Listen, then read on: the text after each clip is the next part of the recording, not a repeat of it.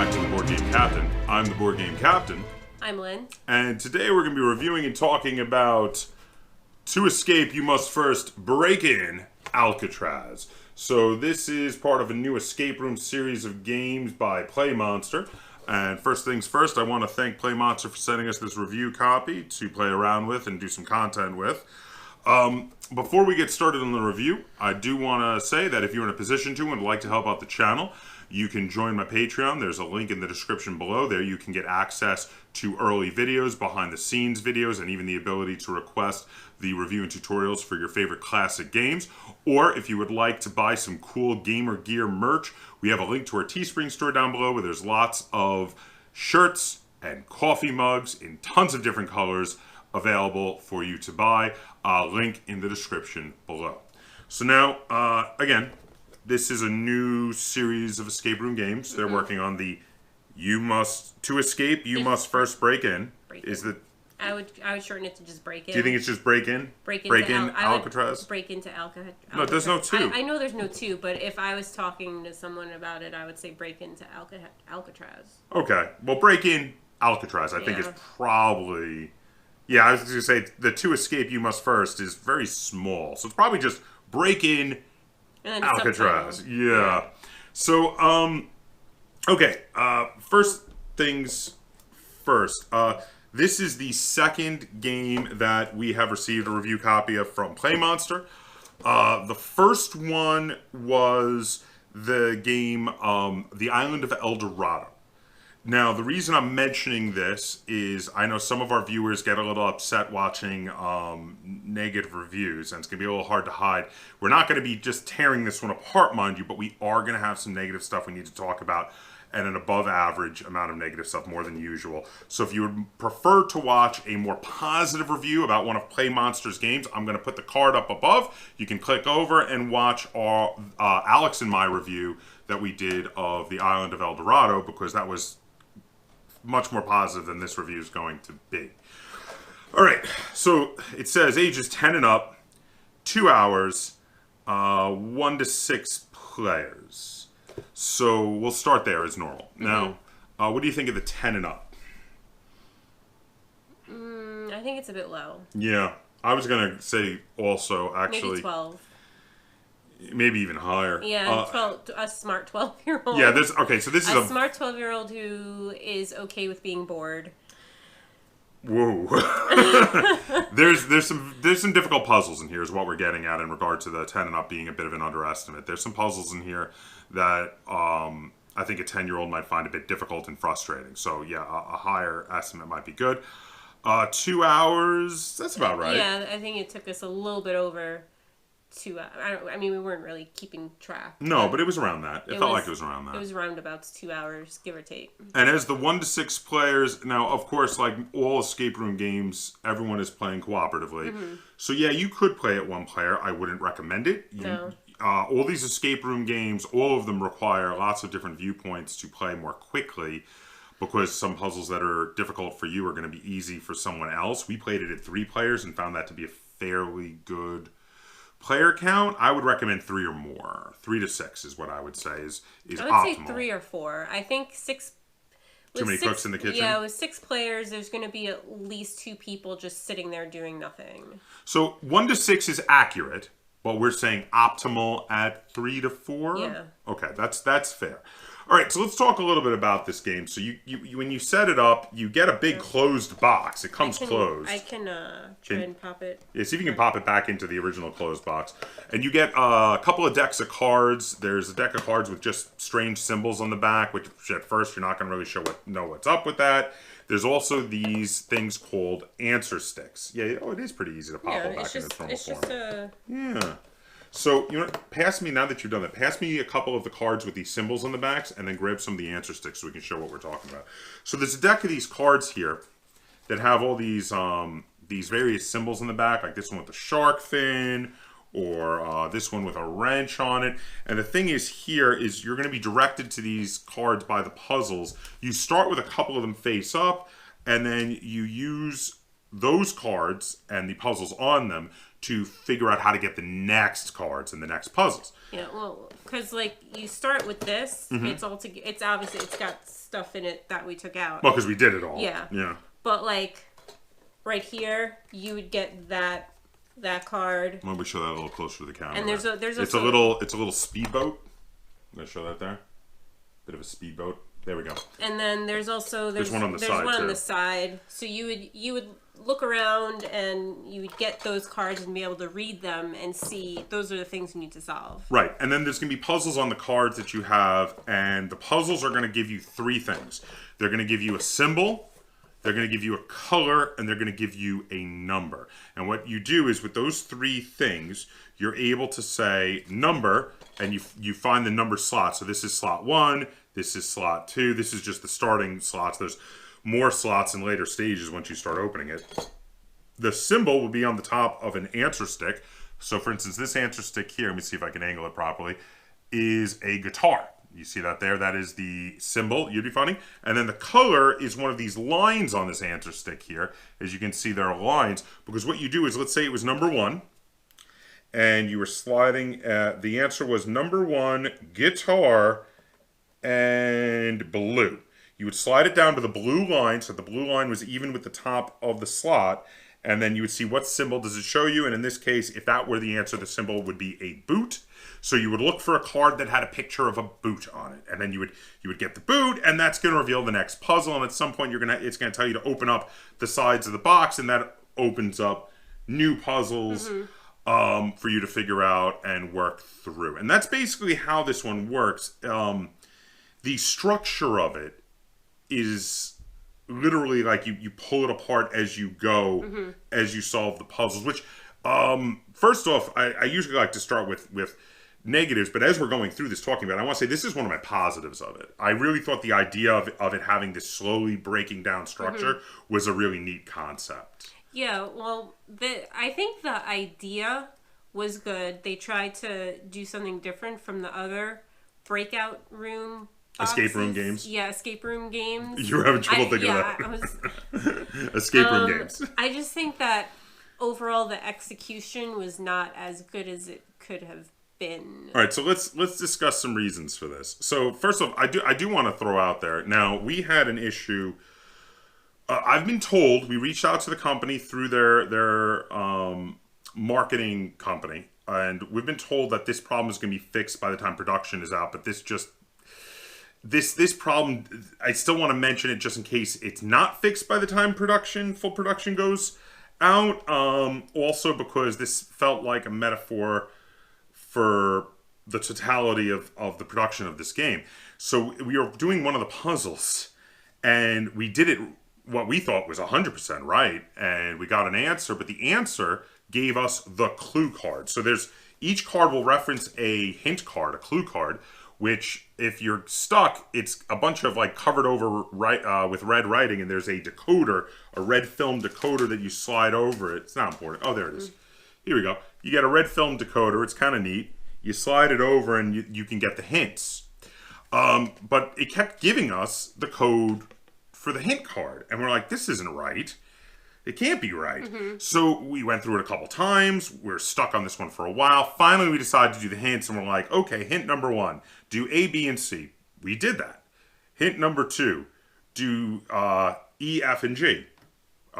We did that. Hint number 3, H and I.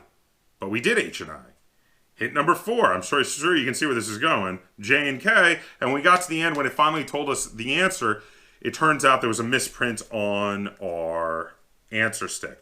So now I reached out to the company. They told us this is going to be corrected for the final production. So I'm going to be, when we rate this, I'm going to be rating it not including that giant issue, which would have been a huge issue for me if one of the puzzles had a misprint that made it you couldn't solve it without the hints, because that would be a major issue. They say it's going to be fixed, though. So I'm not going to be including that in the rating. But FYI, if word comes out later that it wasn't fixed by the time production came out, then my rating would have been lower. Would you agree? Yeah. Because that was a big issue. Like it really stopped us in our tracks, and we were all like, what the heck? But that being said, there's a bunch more like minor issues where so the slots these go in are a little imprecise, because you're supposed to line it up to the color line, but sometimes, you know, you have to shimmy it to see a picture. yeah, because there's little holes. There's little holes, and the pictures don't always perfectly line up with holes. It's a little bit imprecise, and sometimes, especially if the hole is really low. I'm wondering if these ones are too fairly high, but there's some ones later on where the hole is really low, and when you're going all the way down to like here, you're like, oh, did I maybe just do it a teensy bit too much to the side? Mm-hmm. Should I shimmy it, or is that wrong? Is this the wrong one? And you're not really sure. And then also there were some puzzles that, well, this one you could see this square right here is not even straight from down from the slot. It's like kind of crooked. It's kind of crooked. It's on an angle. And then also like there was a puzzle with a big physical. There was a big physical puzzle at one point, and a lot of other escape room games, and this was something we both kind of talked about afterwards. We're like, it's kind of weird. A lot of other escape room games, if they gave you a physical puzzle, the solving of the physical puzzle then would have given you at least part of the 3 things you needed. And this one didn't. The card literally said, solve physical puzzle, then go to this card. And you're like... And it's like, what was the point of doing that? There was no point. Yeah, I mean, like, if you were having a lot of trouble with that physical puzzle, you didn't even need to go into any hints. You just could skip it. And you shouldn't have the option to just skip it so willy-nilly like that. They really... I mean, that physical puzzle felt superfluous. It was outside of the normal system of getting the 3... Yeah. The symbol, the color, and the... One of my issues is, well, with a specific puzzle. I have two main issues, and one was with a specific puzzle. When you open this up, there's like a room that you need to like do stuff with, and it's jail cell. Yeah, and it's like you usually in every other game of these types, it's like when you have to figure something out, you can lay stuff flat in front of you. And there was even more. There were other puzzles where it was like things were at right angles, and you had to like physically pick this up, and there's all these flaps, and it unflaps more. So it's like this big sprawling thing with all these flaps, and you're like picking it up and trying to like figure it out. Yeah. And it's literally just like trying to follow a line, but there's like these right angles that the cardboard goes up at. It makes it more difficult. And it's just like, why? Why couldn't that just be on a card and made it flat? And it was just aggravating. I think what it comes down to is that the 3-dimensional box and breaking into the box is a cool idea, but it's more gimmick than it is function. It should have been like, you open it and then you can take the stuff out. It's not like attached. But it is all attached, and it makes it a bit difficult. And I never said my second. Go ahead. My second thing was with the answer. The answers, you didn't need to fully solve it to figure it out. You could get like you could have the right slot and the right answer stick, and just do process of elimination. Yeah, because some like for instance in this first puzzle here, you've only got 2 slots. If you get the color and the symbol, you could just and you're really stuck on getting the number, you could just be like, oh, is it this one? No, is it this one? And again, that it felt too easy and too tempting to bypass. Even if you just have the symbol, you don't even have the number. You don't even have the color. It's only 6 possibilities. Yeah, it's only 6 possibilities. Just. So there definitely were some issues with how I think the system is. I think it's a good idea. Well, I like that they tried to do something different. The only other one we've played was it Exit, where it has the wheel. Well, Exit has the wheel. No, we also did the MacGyver one. I'm trying to remember. That was a while ago. I don't remember how they did their clues. I don't. That one had the computer app. It had the app. We entered stuff onto the computer, and it would say if you were right. That was kind of cool, actually. I liked the computer app. So I understand they want to differentiate. Yeah, be different. So it's breaking in instead of breaking out, and they have the answer sticks. But I don't know. It's okay. Do we have any more negatives to talk about? I think we've covered a lot of the negatives here. Okay. Any more negatives? I don't think so. All right, how about some positives now? Let's get a few positives out there because it's not all bad. It may sound like we've been tearing it apart so far, but we didn't really... Neither of us hated this game. No. It's just, unfortunately, there is a fair amount of negatives to talk about. It was not smooth. It was not cohesive. And unfortunately, a lot of these a lot of the gimmicks in here felt more like they were gimmick and less like they were function.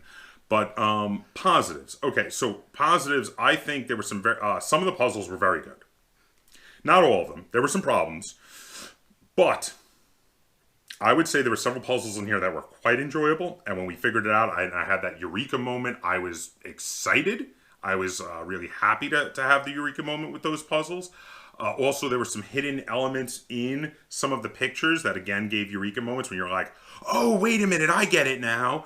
Or hold on, let me look at it a different way. And those were very clever. And I liked those. And it hurts me to include those with the deficit areas of this game, because those parts of the game felt like they were part of a much better game. Like, those parts were really, like, the parts that were good were really good. And I really liked those. What do you think? What are some positives? Well, I like how they did the hint cards. Yes. Where it's like, if you accidentally look at it, you don't accidentally spoil yourself if you don't want to. Yeah. I would say actually, I'm going to totally agree with you on the hint cards. I'm going to say that along with the way the game does hint cards, this is one of the best ways to do hints. Yeah, these hints are fantastic. Because in this one, it's literally all the cards are just in one deck.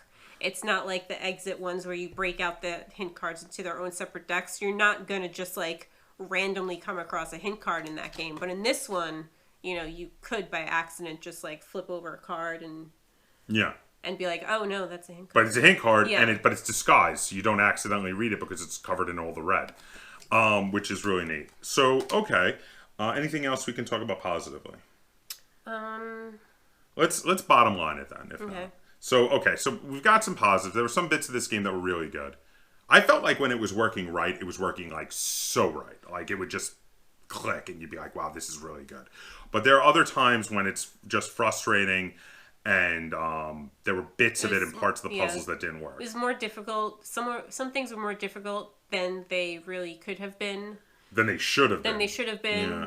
Also, with just everything being attached and not be able to see things properly without... The instruction in the rulebook kind of left us head scratching for the entirety of the first puzzle too. Like we had trouble getting started. We weren't, because the rulebook was in like a sealed envelope. It was like in a sealed, I think it was in this sealed bag, and it was like taped to the under the cover.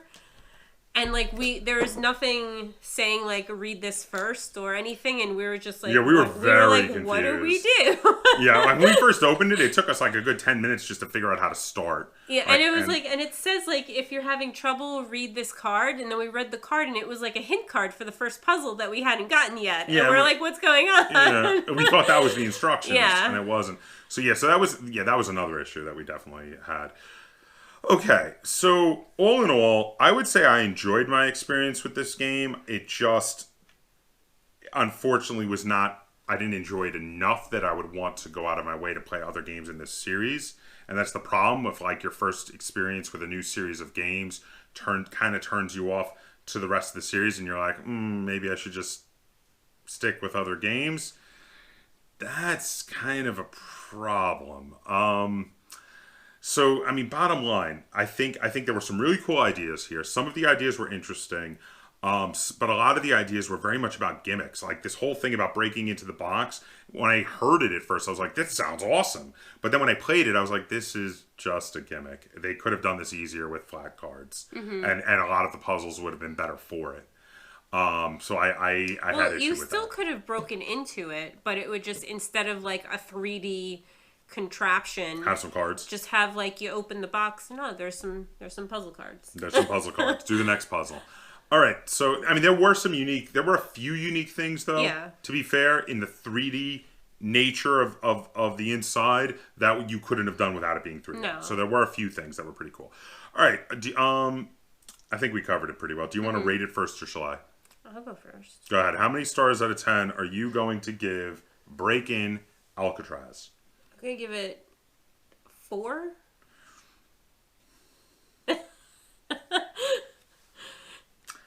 You read my mind. It was like I said before. It was a good idea, but it wasn't executed to the best of, I think, their ability. the best. It didn't meet up with its potential. Yeah. It had potential. There were a lot of cool ideas here, and I mean, like, I might be interested to check in, like, in Generation 2 or Generation 3 of the break-in games and see if they have then improved on the ideas they had here, if they maybe fixed the problems and made it more cohesive. But in this one, it felt like some areas might have been rushed, which is very disappointing. Some of the puzzles were great, and you're like, oh man, this puzzle is really well thought out. And then other puzzles, it's like, yeah, this one was rushed. You know, especially that one where it's like, solve the physical puzzle, then go onto the card with this symbol. And we were like, what? So yeah, I'm right there with you. I'm also a 4 out of 10, which, to remind you guys at home, and if you haven't been on Board Game Geek in a while, 4 is like, it's kind of not good, but maybe I could be convinced to play it again. Which is, like I said, I might check back in Generation 2 or Generation 3, maybe, to see if they've improved. But right now, unfortunately, I can't recommend this one. I don't know. What do you think? Would you recommend it to anyone?